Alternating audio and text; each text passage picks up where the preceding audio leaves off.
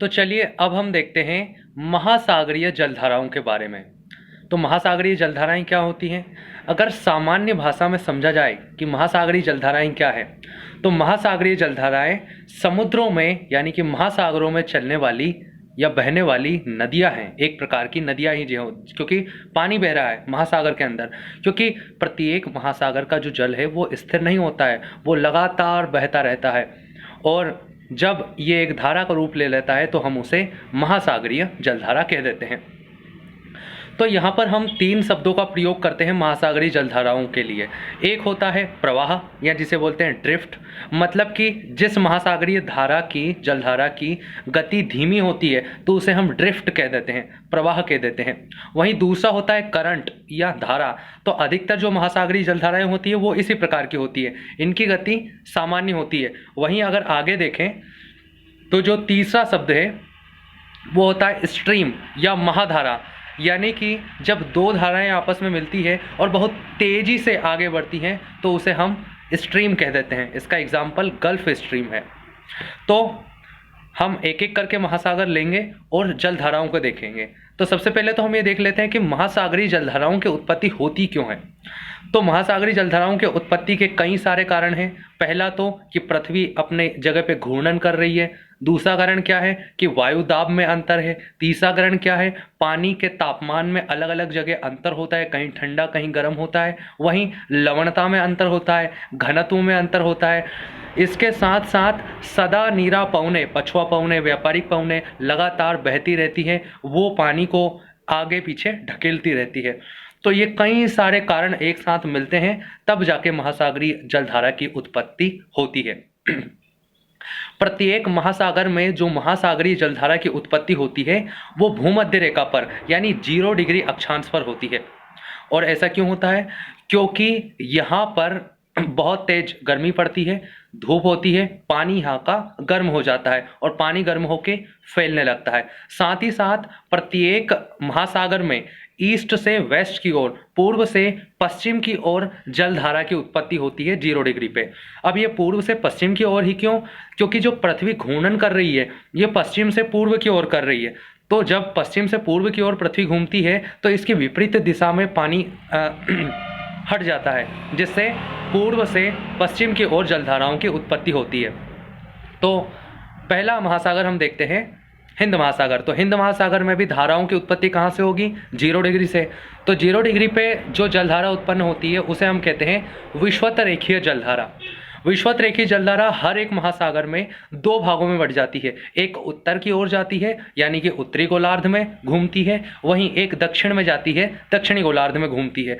जब यह उत्तरी गोलार्ध में घूमती है तो इसकी जो दिशा रहती है ये घड़ी की सुई की दिशा में रहती है, यानी कि क्लॉकवाइज रहती है। लेकिन जब ये दक्षिण गोलार्ध में यानी कि सदर्न हेमिस्फीयर में घूमती है तो इसकी जो दिशा होती है ये एंटी क्लॉकवाइज होती है। इसे ही हम कैरियोलिस इफेक्ट भी कहते हैं, कैरियोलिस का नियम भी कहते हैं। तो जो धारा 0 डिग्री पे उत्पन्न हुई है हिंद महासागर में, ये पूर्व से पश्चिम की ओर जाएगी और 2 भागों में बटेगी। तो उत्तर की ओर जो जाएगी उसे हम कहेंगे उत्तर विषुवत रेखीय जलधारा, वहीं जो दक्षिण में जाएगी उसे हम कहेंगे दक्षिणी विषुवत रेखीय जलधारा। तो सबसे पहले हम देखते हैं दक्षिणी गोलार्ध में हिंद महासागर में कौन कौन सी धाराएं बहती हैं और कौन सी गर्म है और कौन सी ठंडी है। तो दक्षिण विषुवत रेखीय जलधारा ये आगे बढ़ती है अफ्रीका के पास मेडागास्कर द्वीप से टकराकर 2 भागों में बढ़ जाती है। एक का नाम हो जाता है मोजाम्बिक की धारा, एक का नाम हो जाता है मेडागास्कर की धारा। मोजाम्बिक की धारा और मेडागास्कर की धारा दोनों आगे जाके मिल जाती है और उनका नाम हो जाता है अगुलहास की धारा। अगुलहास की धारा, मोजाम्बिक की धारा, मेडागास्कर की धारा ये सभी गर्म होती है। इसके पश्चात इसमें एक ठंडी धारा आके मिलती है और जो इसे पूर्व की ओर ढकेल देती है। तो अब ये पश्चिम से पूर्व की ओर गति करती हुई बहती है, तब इसे हम कहते हैं दक्षिणी हिंद प्रवाह। क्यों? क्योंकि ये साउथ में बह रही है हिंद महासागर के। तो दक्षिणी हिंद प्रवाह जो कि ठंडी होती है और जब ये वापस से उत्तर की ओर बहने लगती है तब ये ऑस्ट्रेलिया के पश्चिम में होती है, इसलिए हम इसे कह देते हैं पश्चिमी ऑस्ट्रेलियाई धारा। खास बात यह है कि जहां जहां ठंडी जलधाराएं बहती हैं वहां वहां पृथ्वी पर मरुस्थल का निर्माण हो जाता है। क्यों? क्योंकि ठंडी जलधाराएं वर्षा नहीं होने देती है।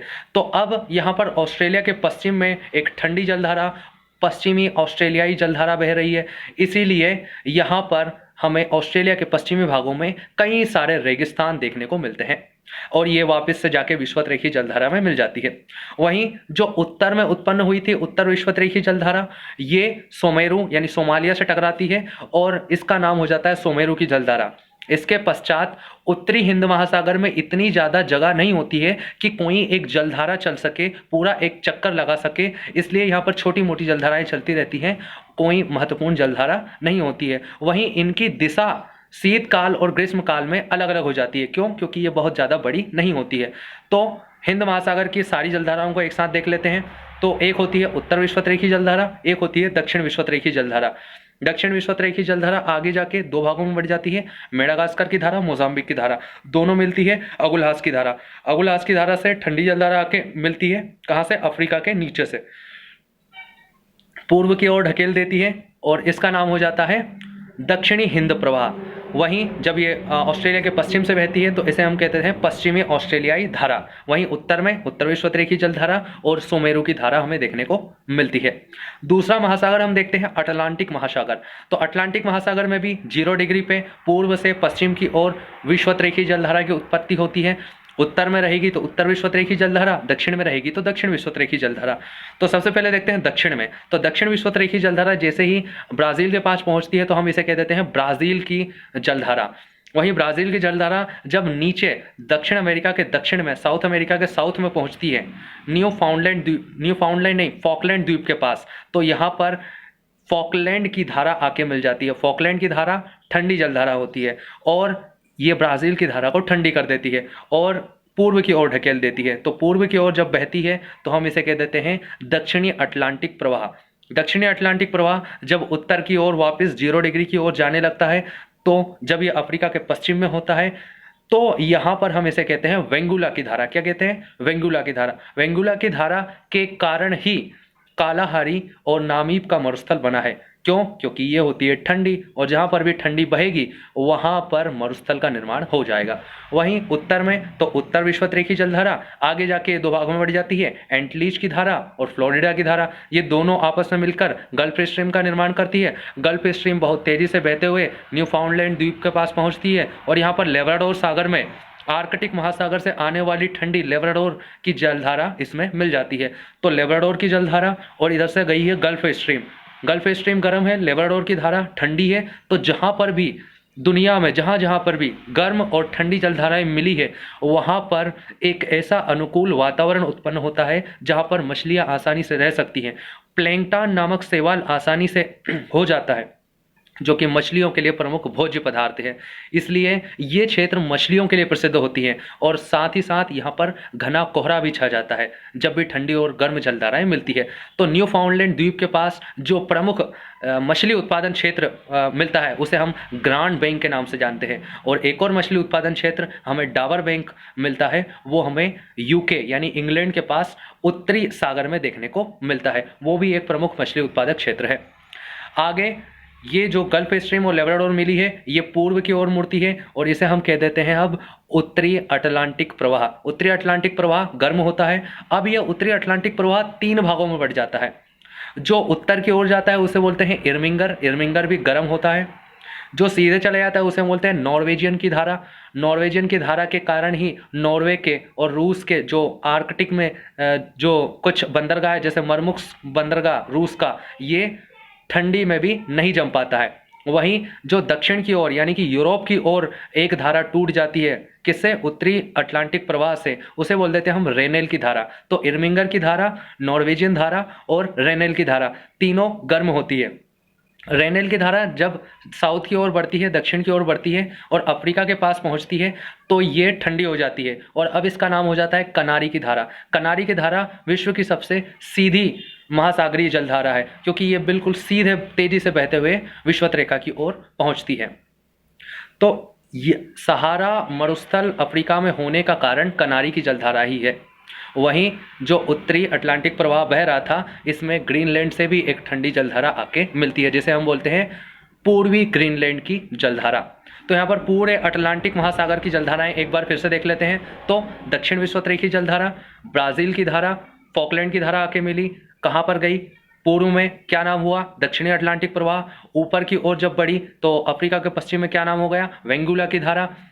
उत्तर में अगर देखेंगे तो उत्तरी विषुवत-रेखीय प्रवाह, आगे जाके एंटलीज की धारा, एंटलीज की धारा आगे जाके फ्लोरिडा की धारा, फ्लोरिडा की धारा में ये दोनों मिलके गल्फ स्ट्रीम बनाती है। गल्फ स्ट्रीम यहाँ तक अभी तक गर्म है, लेब्राडोर आके मिलेगी, ये क्या बनाएंगी, उत्तरी अटलांटिक प्रवाह। उत्तरी अटलांटिक प्रवाह भी गर्म है, 3 भागों में बढ़ जाएगी। उत्तर की ओर जाएगी इरमिंगर, सीधे जाएगी नॉर्वेजियन की धारा, और साउथ में यूरोप की ओर जाएगी रेनेल की धारा, ये भी गर्म होती है। और यहीं पर पूर्वी ग्रीनलैंड की धारा भी इसी में आके मिलेगी। साथ में रेनेल की धारा आगे जाके क्या बन जाती है, कनारी की धारा। तो यहाँ पर हमारी किसकी, अटलांटिक महासागर की धाराएं खत्म होती है। अब हम देखते हैं प्रशांत महासागर की जलधाराएं। तो प्रशांत महासागर की जलधाराओं में वही 0 डिग्री से ईस्ट से वेस्ट की ओर, पूर्व से पश्चिम की ओर क्या बहेंगी, विषुवत-रेखीय जलधारा। उत्तर में उत्तर विषुवत-रेखीय जलधारा, दक्षिण में दक्षिण विषुवत-रेखीय जलधारा। तो सबसे पहले दक्षिण में देखते हैं। तो दक्षिण विषुवत-रेखीय जलधारा जब ये ऑस्ट्रेलिया के पूर्व में पहुंचती है तो इसे हम बोल देते हैं पूर्वी ऑस्ट्रेलियाई जलधारा। इसमें अंटार्कटिक जलधारा जो कि ठंडी होती है वो आके मिलती है। तो पूर्वी ऑस्ट्रेलियाई जलधारा में अंटार्कटिक जलधारा आके मिलती है। पूर्वी ऑस्ट्रेलियाई धारा गर्म है, अंटार्कटिक की धारा ठंडी है, दोनों मिलती है तो न्यूजीलैंड के पास मछली उत्पादन का प्रमुख क्षेत्र बनता है। इसके अलावा जब ये पूर्व की ओर बहती है तो इसे हम बोल देते हैं दक्षिणी प्रशांत प्रवाह। तो हर जगह जहाँ पर भी उत्तर में बहेगी तो हम उसे बोल देते हैं उत्तरी प्रवाह, और दक्षिण में बहेगी तो हम उसे बोल देते हैं दक्षिणी प्रवाह। जैसे यहाँ पर बह रही है तो हम इसे कह देते हैं दक्षिणी प्रशांत प्रवाह। दक्षिणी प्रशांत प्रवाह जब दक्षिण अमेरिका के पास पहुंचता है और ऊपर की ओर उठता है तो हम इसे बोल देते हैं पेरू की धारा या हम्बोल्ट की धारा। तो पेरू की धारा या हम्बोल्ट की धारा ये ठंडी होती है, और यही कारण है कि जो अटाकामा का मरुस्थल है वो दक्षिण अमेरिका के पेरू में और चिली में यहाँ पर हमें देखने को मिलता है। उत्तर में देखते हैं प्रशांत महासागर की जलधाराओं को। तो उत्तरी विषुवत-रेखीय जलधारा आगे बढ़ती है, जापान से टकराकर 2 भागों में बढ़ जाती है। एक हो जाती है सुसीमा की जलधारा और एक होती है क्यूरोसियो। तो एक हो जाती है सुसीमा, एक होती है क्यूरोसियो। सुसीमा और क्यूरोसियो आगे जाके मिल जाती है और इनमें एक ठंडी जलधारा आके मिलती है जिसे हम बोलते हैं ओखोटस्क की धारा या आयोसियो की धारा। तो आयोसियो या ओखोटस्क की धारा ठंडी होती है, आके मिल जाती है किसमें, क्यूरोसियो और सुसीमा में। आगे जाके फिर ये निर्माण करती है उत्तरीय प्रशांत प्रवाह का, जब ये पूर्व की ओर बहने लगती है। उत्तरी प्रशांत प्रवाह भी अभी गर्म होता है, ठंडा नहीं हो पाता है। उत्तरी प्रशांत प्रवाह 2 भागों में बढ़ता है। एक जो सीधे चला जाता है उसे हम बोल देते हैं अलास्का की धारा। अलास्का की धारा गर्म होती है। वहीं जो साउथ में दक्षिण अमेरिका नॉर्थ अमेरिका की साइड चला जाता है उसे हम बोल देते हैं कैलिफोर्निया की धारा। तो कैलिफोर्निया की धारा ठंडी होती है और ये विषुवत-रेखीय जलधारा में मिल जाती है। तो इस प्रकार तीनों महासागरों की जलधाराएं खत्म होती हैं। जो आर्कटिक महासागर है उसमें कोई भी जलधारा बिल्कुल जो बड़ी है वो नहीं बहती है। दक्षिणी महासागर में भी कोई मुख्य जलधारा नहीं बहती है। तो अब हम सारे महासागरों की जलधाराओं को एक साथ जल्दी में देख लेते हैं। तो हिंद महासागर की सबसे पहले देखते हैं। तो हिंद महासागर में ठंडी कौन कौन सी है। तो हिंद महासागर में ठंडी हमें मिलेगी, एक तो मिलेगी कौन सी, जो नीचे से आके मिल रही है। तो जो हमारा दक्षिणी अटलांटिक प्रवाह है इसी का एक हिस्सा आके मिलता है किसमें, अगुलहास की धारा। वहीं दक्षिणी हिंद प्रवाह और पूर्वी ऑस्ट्रेलियाई धारा, पूर्वी नहीं पश्चिमी, तो दक्षिणी हिंद प्रवाह और पश्चिमी ऑस्ट्रेलियाई धारा ये हिंद महासागर की ठंडी जलधाराएं हैं। वहीं सोमेरो की धारा, उत्तरी विषुवत-रेखीय जलधारा, दक्षिण विषुवत-रेखीय जलधारा, मोजाम्बिक की धारा, मेडागास्कर की धारा और अगुलहास की धारा ये गर्म होती है। किसी भी महासागर में जो उत्तर विषुवत-रेखीय जलधारा है और दक्षिण विषुवत-रेखीय जलधारा है ये गर्म ही होती है। और गर्म जलधाराएं हमेशा 0 डिग्री से ध्रुवों की ओर चलती है, भूमध्य सागर से विषुवत रेखा से ध्रुवों की ओर चलती है, और ठंडी जलधाराएं ध्रुवों से विषुवत रेखा की ओर चलती है। अब हम अटलांटिक महासागर की गर्म जलधाराओं को देख लेते हैं। तो साउथ में हमें मिलेगी एक ब्राज़ील की धारा, वहीं नॉर्थ में हमें क्या मिलेगी, एंटलीज की धारा, फ्लोरिडा की धारा, गल्फ स्ट्रीम की धारा। उत्तरी अटलांटिक प्रवाह एरमिंगर, नॉर्वेजियन और रेनेल, ये हो गई गर्म किस किस की, अटलांटिक की। वहीं अगर ठंडी देखें तो फॉकलैंड की जलधारा, दक्षिणी अटलांटिक प्रवाह, वहीं इधर क्या हो जाती है, वेंगुला की धारा। वहीं नॉर्थ में लेब्राडोर की धारा आके मिलती है, पूर्वी ग्रीनलैंड की धारा आके मिलती है। वहीं कनारी की धारा जो अफ्रीका के पश्चिम में है जिससे सहारा मरुस्थल बना है। तो ये ठंडी हो गई किसके, अटलांटिक महासागर की। वहीं अगर देखें प्रशांत महासागर की, तो प्रशांत महासागर में हमें कौन कौन सी गर्म मिलती है, तो उत्तरी विषुवत-रेखीय प्रवाह, दक्षिण विषुवत-रेखीय प्रवाह, ये तो हर जगह हमें गर्म ही मिलेगी। इसके अलावा नॉर्थ में अगर देखें तो सुसीमा, क्यूरोसियो, इसके अलावा उत्तरी प्रशांत प्रवाह और अलास्का ये होती है गर्म। दक्षिण में अगर हम देखेंगे तो जो पूर्वी ऑस्ट्रेलियाई धारा है ये मिलेगी हमें गर्म। इसके अलावा ठंडी कौन कौन सी है, तो अंटार्कटिक की धारा, दक्षिणी प्रशांत प्रवाह और पेरू या हम्बोल्ट की धारा। इसके अलावा उत्तर में ओखोटस्क की धारा या फिर जिसे हम बोल रहे हैं क्या बोलते हैं आईओसीओ की धारा, वहीं कैलिफोर्निया की धारा। ये प्रशांत महासागर की ठंडी जलधाराएं हैं। तो अब हम देख लेते हैं दो धाराएं और बची हैं जो कि भारतीय मानसून पर प्रभाव डालती हैं। ये कभी कभी उत्पन्न होती है, 4 साल में एक बार उत्पन्न होती है। इनका नाम है एल नीनो और ला नीनो। एल नीनो और ला नीनो स्पेनिश शब्द है। एल नीनो का मतलब होता है छोटा बच्चा और ला नीनो का मतलब होता है छोटी बच्ची। एल नीनो कैसी होती है, एक गर्म जलधारा होती है और ला नीनो एक ठंडी जलधारा होती है।